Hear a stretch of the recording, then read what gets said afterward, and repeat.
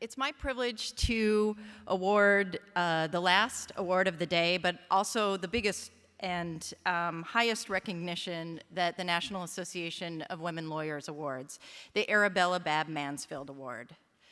This award is presented to a lawyer in recognition of professional achievement, positive influence, and valuable contributions to women in the law and society. The Mansfield Award has been given to a very impressive list of women who have changed the legal profession and lives of countless women. This year's recipient, Senator Amy Klobuchar, is a stellar addition to the list of Mansfield recipients. Senator Klobuchar certainly deserves an award to recognize her achievements as a woman lawyer. I think it's particularly fitting that she's receiving the Mansfield Award because she and Belle Mansfield have a few things in common. First, they're both from the Midwest.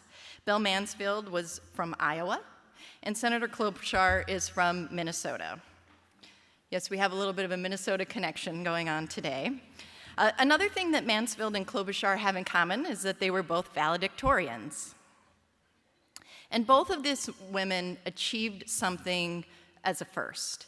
Belle Mansfield was the first woman to be admitted to any state bar, and Senator Klobuchar was the first woman from Minnesota to be elected to the Senate. Even before she was a senator, she was paving the way for women who came behind her. She helped pass a bill in Minnesota that later became federal law that allowed new mothers, guaranteed them a 48-hour hospital stay. She has also been a national leader in the fight against sex trafficking. Currently, she serves on the Judiciary Committee as ranking member of the Rules and Administration Committee, and she's the ranking Senate member of the Joint Economic Committee. But perhaps Senator Klobuchar is best known for her approach to her work in Washington. She has been described as one of America's most popular senators and as having a reputation for an indefatigable, impeccably bipartisan problem solver.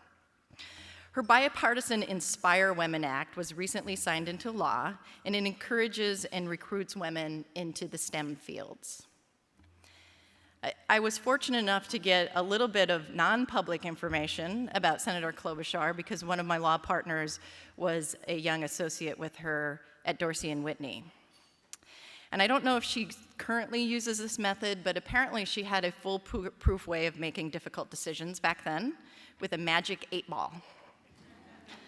And it's reported that a very good sense of humor also led to a hilarious April Fool's Day version of the firm newsletter. So,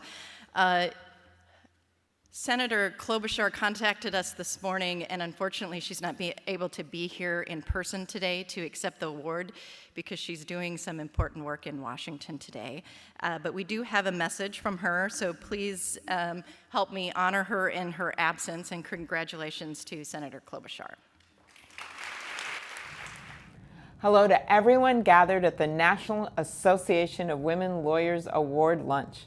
I think you know I'd much rather be there with you in person, given everything that's happening right now here.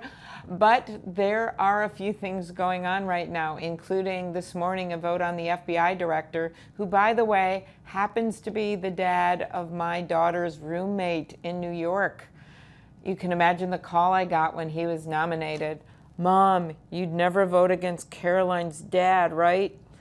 Well, that would be really embarrassing. Well, needless to say, he did a great job, and a lot of people are supporting him, thank God. So I want to thank your leaders, Leslie and Angela, for inviting me, Judge Mimi Wright, a great federal judge from my state, all the women lawyers attending from Minnesota, where in the words of our unofficial poet laureate Garrison Keillor, all the women are strong, all the men are good looking, and all the women lawyers are above average. Also, the members, staff, supporters of this amazing organization. I'm so grateful to receive the Arabella Babb Mansfield Award. As the first American woman lawyer admitted to a state bar, Arabella is an inspiration for all women lawyers, and that's why it's such an honor. Of course, your organization's history not to mention the room you're in, is filled with inspiring women, from your first president, Rosalie Lowe, to today's longest-serving member, Selma Smith, who joined NAWL in 1944. Since your founding almost 120 years ago, your members have been dedicated not only to their own advancement, but to helping other women. While you started with just 18 members in New York City, today you've grown into a national powerhouse ready to build on your mission. As many of you know, I spent 14 years of my career in private practice. Then for 8 years, I was the chief prosecutor for Minnesota's largest county. Back when I first started at the law firm, all the women wore suits and skirts. As was then customary, we also wore bow ties, but they were really hard to tie. I'm sure there's some people in the room that remember those, and they looked really bad. And I was especially bad at tying them, so they looked almost comical. And luckily for me, given that no one really wants to hire a floppy bow-tied looking lawyer, they went out of style just a few years later after I started at the firm. But workplace attire was a minor issue compared to some of the challenges facing all of us back then. It was a new era when women lawyers, the few of us, when those of us that had kids were constantly struggling with brand new work-family balance issues. And I remember how the men would be commended, or at least admired, for going home once in a while to, as they put it, babysit for their own kids. The women were viewed very differently. For female attorneys, I remember my colleagues, that daily departure for pickup at daycare was often seen as a limitation, a lot of angst.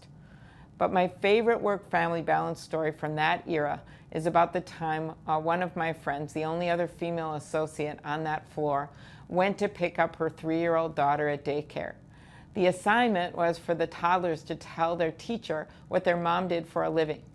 And the teacher had pinned up my friend Allison's daughter's drawing up in the classroom with her description. And it said, "My mom is special. She waits for foxes."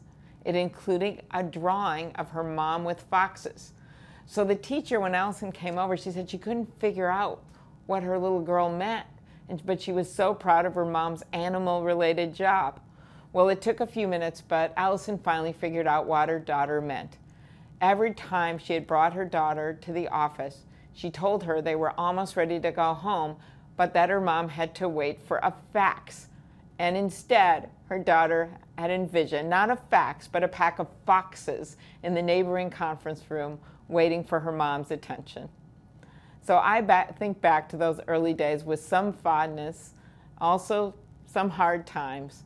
And I think when I think of the Women Lawyers Group, that was a big deal because you got to see mentors. We saw the flaws and we wanted to fix them, because to be part of that imperfect system meant having the chance to improve it. It was something worth pursuing.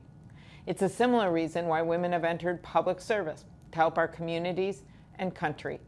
I was the first woman elected to be the chief prosecutor in my county, but I didn't get involved just to shatter glass ceilings. I got involved because I actually saw a law that was hurting women and children. When my daughter was born, she was sick, she couldn't swallow, but 24 hours later, even though I had no sleep and she was in intensive care, the rules forced me out the door. A 24-hour hospital stay was all they'd permit. I was a young new mom with a baby, not an elected official. I was a lawyer, but not an elected official. And I started calling my legislators. I testified at the state capitol. I remember going to the conference committee with 6 visibly pregnant friends, so they outnumbered the lobbyists who wanted to slow down the 48-hour hospital stay bill. And I brought the pregnant friends, so they outnumbered them 2 to 1. And when the legislators asked when the bill should take effect, the pregnant moms all raised their hand and said, "Now."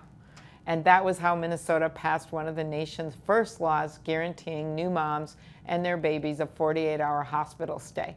I learned 2 things from that experience. If you want to embarrass a bunch of guys on a committee, start talking about episiotomies, and then they'll just pass your bill. And the second was that if we want to see change in the world, whether in the legislature or in the law, we have to be ready to make it happen ourselves. And I think many of you know that lesson. You have been people who have been blazing trails in areas historically thought of as old boys club. Take our profession, where women represent a higher percentage of licensed lawyers than ever before. Or the Fortune 500, we now have a record 27 women in CEOs. Maybe it doesn't seem like much, but in 1995 there weren't any. And in Congress, we actually are making progress. We have 4 more women in the Senate this year: Tammy Duckworth, Maggie Hassan, Kamala Harris, and Catherine Cortez Masto. As in all professions, that's progress, and we have seen it, but the numbers are still staggering. Look at this. We've had over 1,900 men in the Senate, but only 50 women in the entire history of our country have served in the Senate, and 21 of those are serving today. Here's one cool fact to tell your friends. The women of the Senate are the most effective legislators. That actually has been proven by a Harvard study. The study looked at all the bills and what passed, and they found, number 1, we work harder, number 2, we work together, and number 3, we support each other. I think you all know we gather once a month for dinner. We have great meetings. Of course, we never talk about the men in the Senate. And we really are there for each other because it is a very male profession. One of the lowest points, in fact, I had during my time in the Senate was the fiscal cliff negotiations, where we were working past midnight on New Year's Eve. And there I was, stroke of midnight on New Year's Eve, that magical romantic time, and I'm on the Senate floor. It's a true story. I look to my left, I see Harry Reid. I look to my right, I see Mitch McConnell. Every girl's dream on New Year's Eve. But I thought it couldn't get worse, but it did. We then, a few months later, had that shutdown costing our economy billions of dollars. And that's when Susan Collins said enough is enough. She stood up and she said, I want people to join me in some kind of compromise. I was the first Democrat to call her, and we led a group of 14 half women to come up with a solution. We came up with it, we went to the leadership, and we got it done. That was a great moment, but there are so many other moments as well. Take the health care bill, the one we've just salvaged. It was during a finance committee way back then when one of the male senators said, well, why would we include maternity care in this as a mandatory benefit? I would never need it. Without missing a beat, Senator Debbie Stabenow of Michigan said, I bet your mother did. So women's leadership matters, and our country needs that leadership more than ever. And we know we want to see more women lawyers in leadership positions, and we have a big mission as well right now, and I kind of want to leave you with this. And that is, along with our male counterparts here, standing up for an independent justice system and judiciary. As lawyers, we understand the importance of an independent judiciary, but we're seeing politics creep into our judicial branch at the national level with attacks on judges and the disparagement of judicial decisions. It's becoming a disconcerting pattern, and it needs to stop. It was Alexander Hamilton, you're in New York, who once said that judges do not have the power of the purse or the power of the sword. They get their power from the Constitution. An independent judiciary is essential for our democracy. Our founders set up 3 co-equal branches of the government, and we need to respect that. Thankfully, there's no better group to take on this task than the women lawyers there with you today.